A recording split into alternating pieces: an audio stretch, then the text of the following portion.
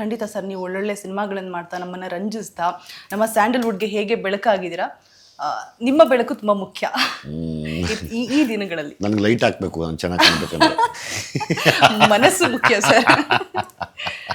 Okay sir, ಮತ್ತೆ ಹೇಗೆ ನಡೀತಾ ಇದೆ ಕೆಲಸಗಳೆಲ್ಲ? ಸಂಕ್ರಾಂತಿ ಹಬ್ಬ ಅಂದಾಕ್ಷಣ ಲ್ಯಾಂಡ್ ಲಾರ್ಡ್ ನೋಡಿದ ಸಂಕ್ರಾಂತಿ ಅಂದರೆ ರೈತರಿಗೆ ತುಂಬಾ ಸ್ಪೆಷಲ್ ಆಗಿರುತ್ತೆ. ಆ ದವಸ ಧಾನ್ಯಗಳನ್ನೆಲ್ಲ ಪೂಜೆ ಮಾಡೋದಾಗಿರ್ಬೋದು, ಅವ್ರಿಗೆ ಏನೋ ಒಂಥರ ಭರವಸೆ ಹುಟ್ಟುತ್ತೆ ಸಂಕ್ರಾಂತಿ ಯುಗಾದಿ ಅನ್ನುವಂಥ ಸಂದರ್ಭದಲ್ಲಿ. ಸೊ ನೀವು ಚಿಕ್ಕ ವಯಸ್ಸಲ್ಲಿದ್ದಂತಹ ಸಂದರ್ಭದಲ್ಲಿ ದನಗಳನ್ನು ಕಿಚಾಯಿಸೋದು ಅದೆಲ್ಲ ನಮ್ಮ ಕಣ್ಣು ಮುಂದೆ ರಪ್ ಅಂತ ಪಾಸ್ ಆಗುತ್ತೆ. ಸೊ ನೀವು ಮೆಲ್ಕ್ ಹಾಕೋದಾದ್ರೆ? ನಮಗೆ ಚಿಕ್ಕ ವಯಸ್ಸಿನಲ್ಲಿ ಸಂಕ್ರಾಂತಿ ಹಬ್ಬ ಅಂದರೆ ನಾವು ಸ್ಪೆಷಲಿ ಬೈಸ್ಕೋತಿದ್ವಿ ಅಂತ ಕಾಣುತ್ತೆ. ಹೆಂಗೆ ಅಂದರೆ ಈ ಸಾಯಂಕಾಲ ಹೊತ್ತು ಈ ಗೋಧೂಳಿ ಟೈಮಲ್ಲಿ ಬೆಂಕಿ ಹಚ್ಚಿ ಹಸುಗಳನ್ನ ಹೋರಿಗಳನ್ನೆಲ್ಲ ದಾಟಿಸಿ ಆಮೇಲೆ ಈ ಹುಣಸೆ ಬೀಜಗಳನ್ನ ಹಿಡ್ಕೊಂಡು ಮನೆ ಮೇಲೆ ಹಾಕ್ಬಿಡ್ತಾ ಇದ್ವಿ. ಈ ಹುಣಸೆ ಬೀಜ ಮನೆ ಮೇಲೆ ಹಾಕೋ ಜೊತೆಯಲ್ಲಿ ಸುಮ್ಮನೆ ಇರಲಾರ್ದೆ ಚಿಕ್ಕ ಚಿಕ್ಕ ಕಲ್ಲುಗಳು ಹಾಕ್ಬಿಡ್ತಾ ಇದ್ವಿ.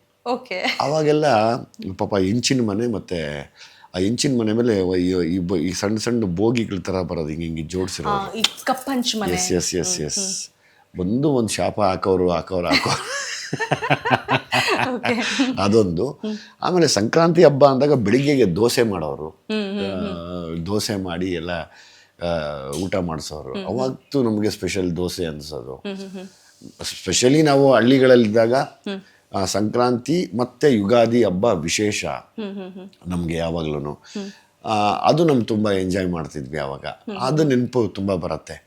ಆಮೇಲೆ ನಾವೇನು ಈ ಹಸು ಹೋರಿಗಳಿಗೆ ಶೃಂಗಾರ ಮಾಡೋದು, ಆ ಥರದ್ದು ಜೊತೆಯಲ್ಲಿ ನಿಂತ್ಕೊಳ್ಳೋದು, ಆ ಬಾಲಕ್ಕೇನೋ ಕಟ್ಟೋದು, ಕೊಂಬಿಗೇನೋ ಕಟ್ಟೋದು, ಇದೆಲ್ಲ ತುಂಬ ಖುಷಿ ಪಡ್ತಾ ಇದ್ವಿ ನಾವು ಅವತ್ತು. ನಾವೊಂದು ಇದೆಲ್ಲ ಸಂಕ್ರಾಂತಿಗಷ್ಟೇ ಸ್ನಾನ ಮಾಡೋದು ಅಂತ